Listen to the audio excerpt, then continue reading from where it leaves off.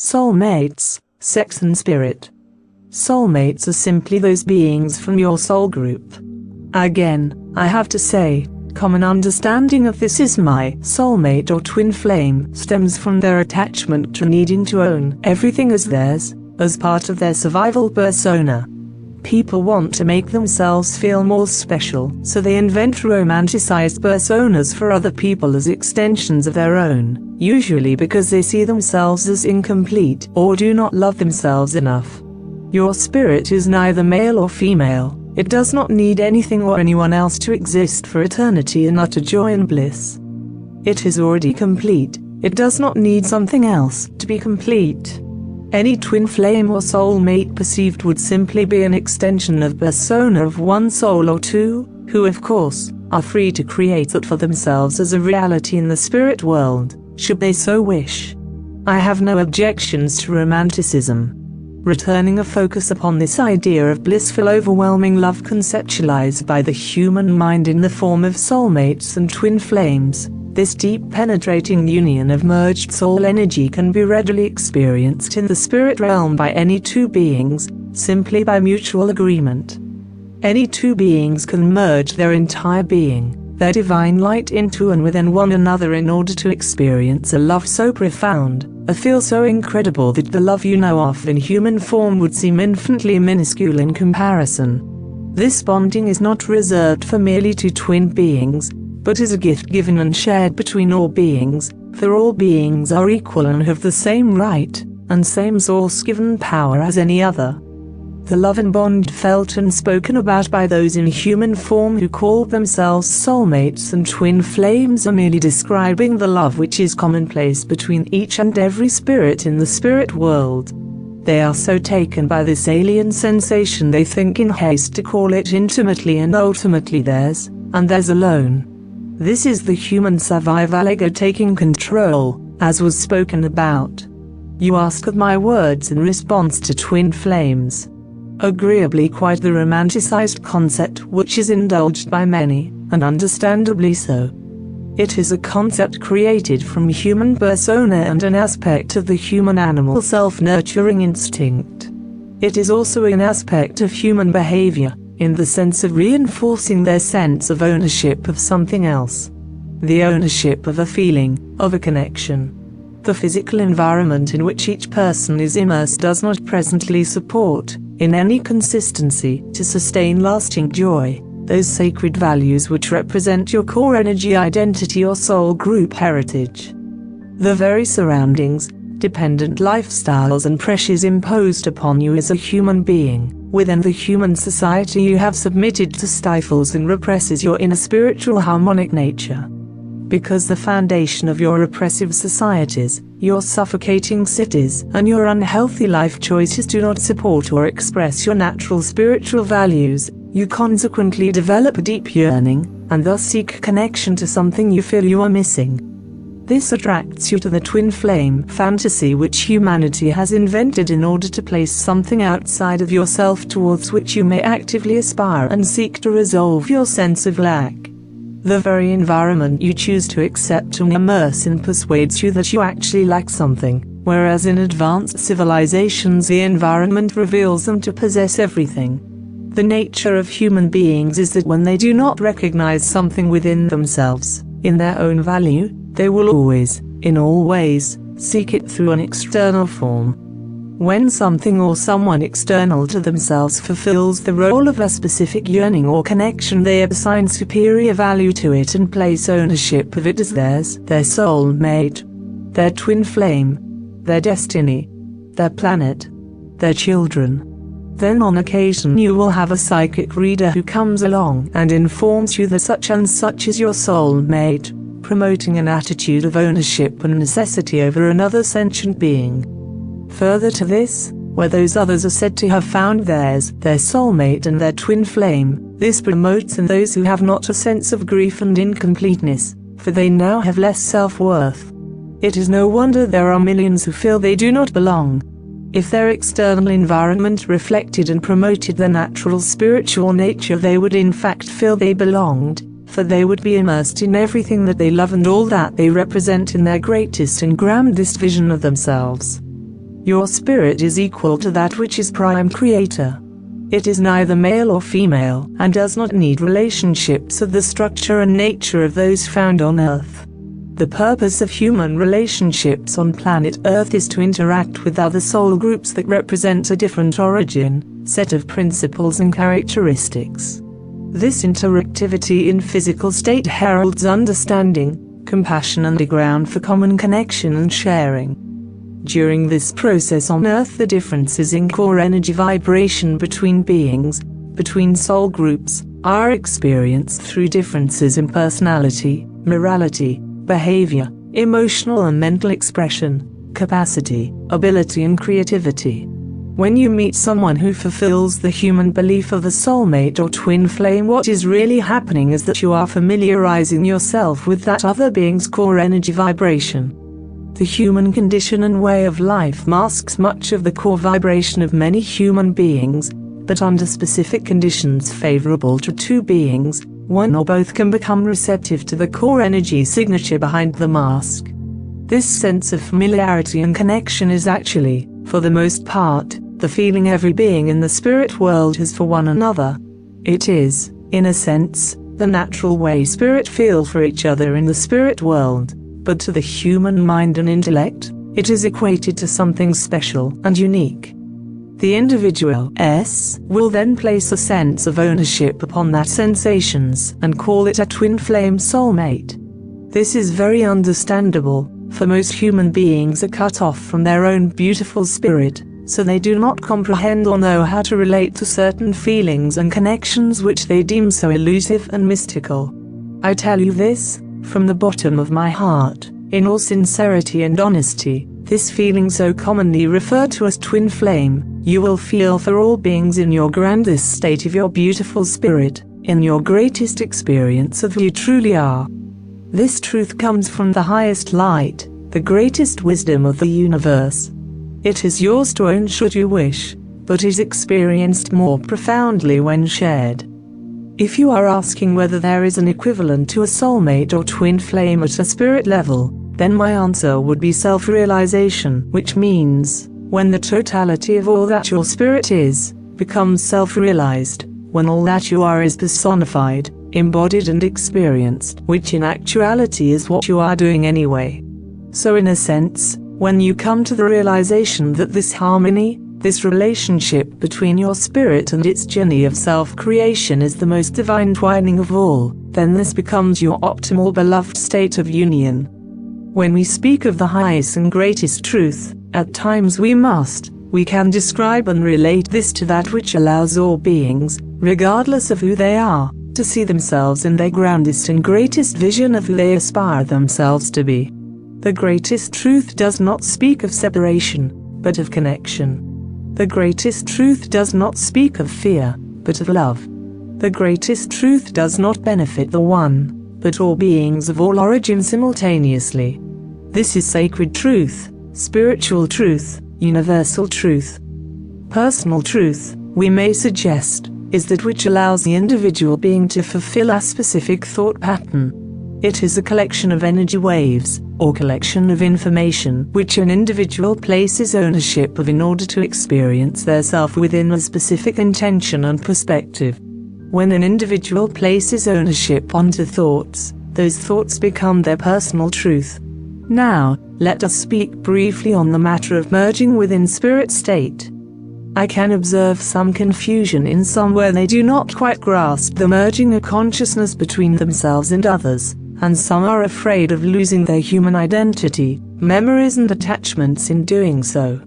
I would like to first reassure such people that while it is possible to consciously merge yourself with another being, or many thousands of other beings simultaneously, and function as a singular entity, you will never, ever, lose your individual identity. This is to say, in the spirit world, there will never be a time when you lose your persona of I or the awareness of your own individual free will.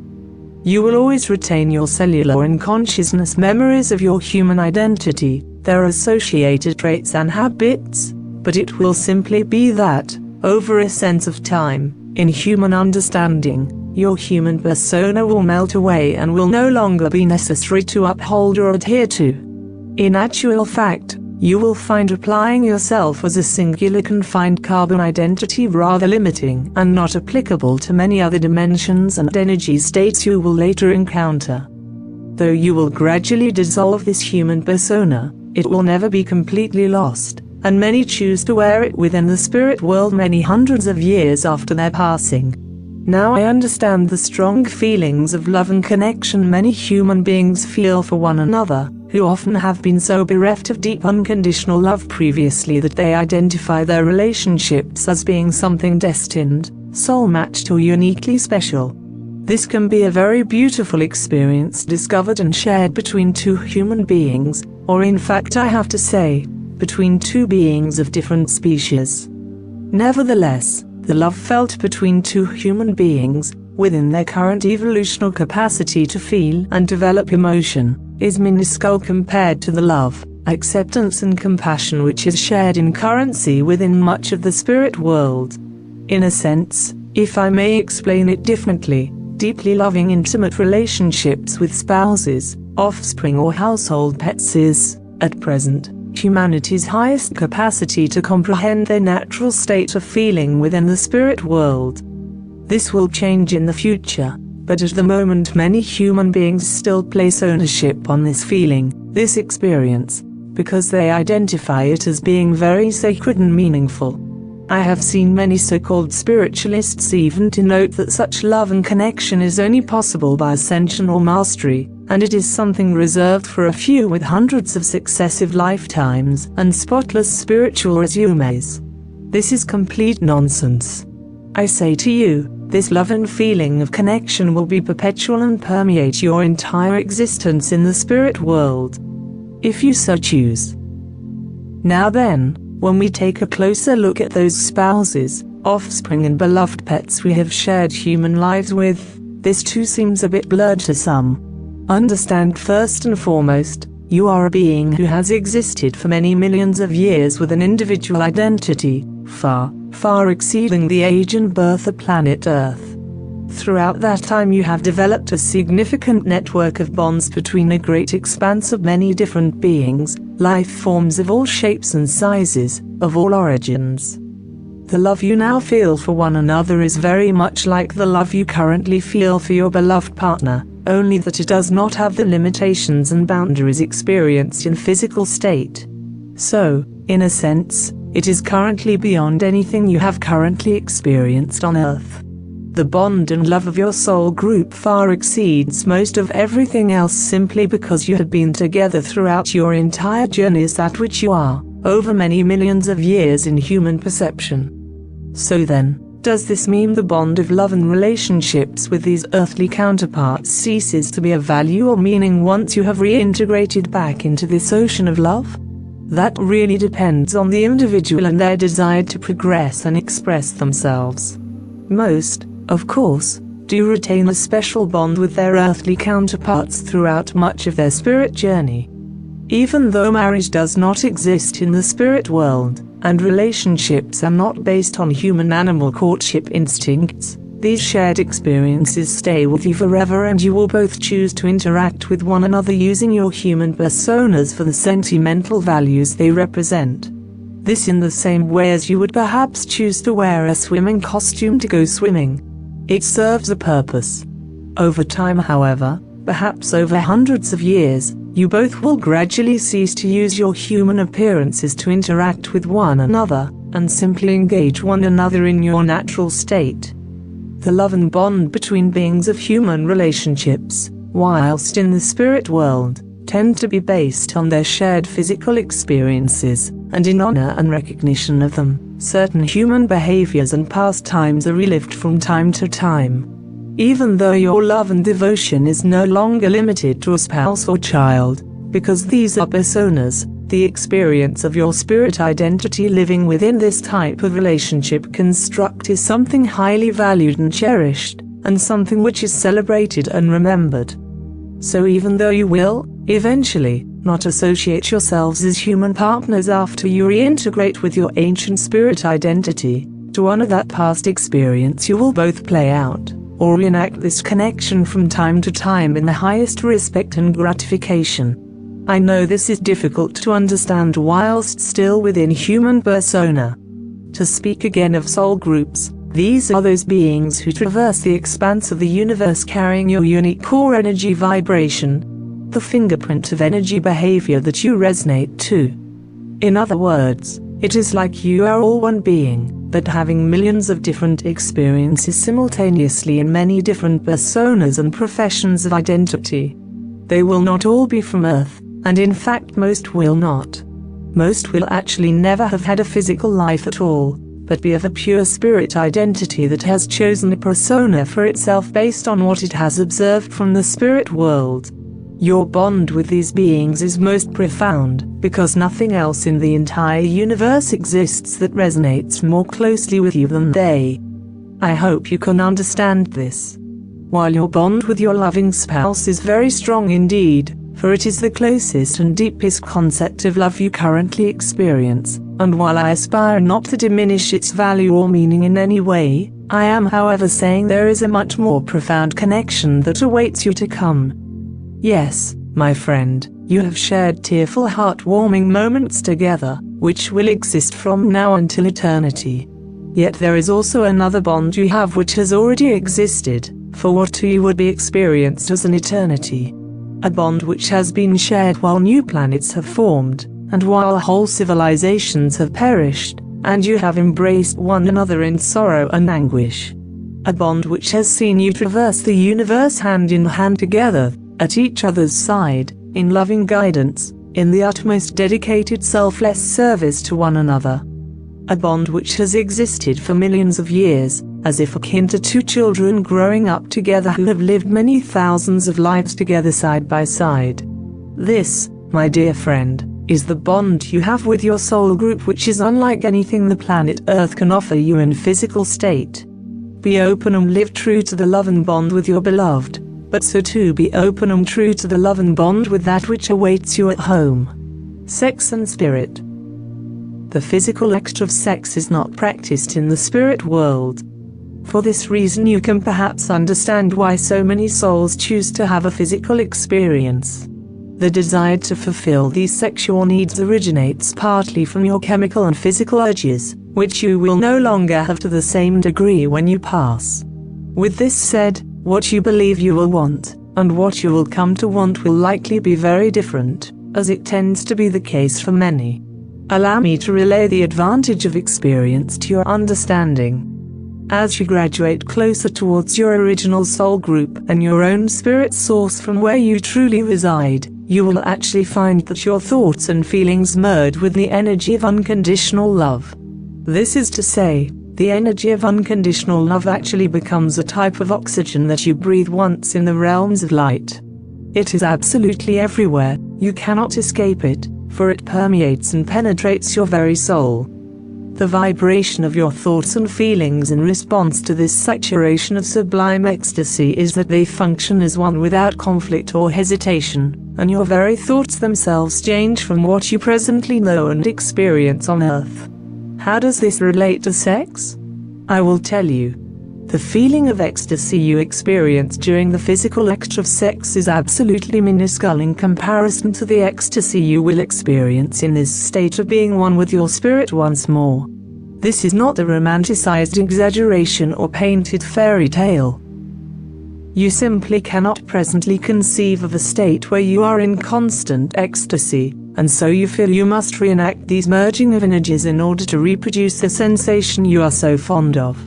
What I'm telling you is that this is actually your normal natural state as a spirit entity in the spirit realm. That is why you are actually so drawn to reproduce and reenact it in your physical world. The spirit itself is genderless. The soul is a combination of both male and female energies depending on their soul journey up to that moment. Whether they choose to wear the form of a male or female in the afterlife is purely a matter of individual identity and character choice. This is the aspect of ego, which gives you your ability to have the personality that you have, and then wear an image that best personifies that personality for your self-gratification. Ego is to be understood as not a negative aspect of yourself, but a means to experience expression and creation. Every beautiful song written or love letter written to a spouse comes through ego. or a piece of art or architect.